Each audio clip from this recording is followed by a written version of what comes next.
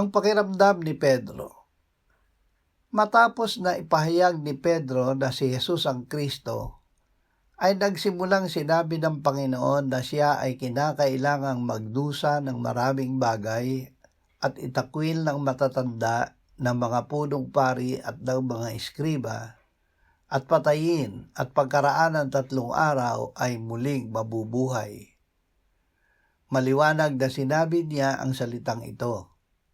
Sa udyok ng kanyang pakiramdam ay inilayo ni Pedro ang Panginoon at pinasimulang sawayin. Sinabi ng Panginoon kay Pedro, "Umalis ka diyan, Satanas, sapagkat hindi mo iniisip ang mga bagay na ukol sa Diyos, kundi ang mga bagay na ukol sa tao.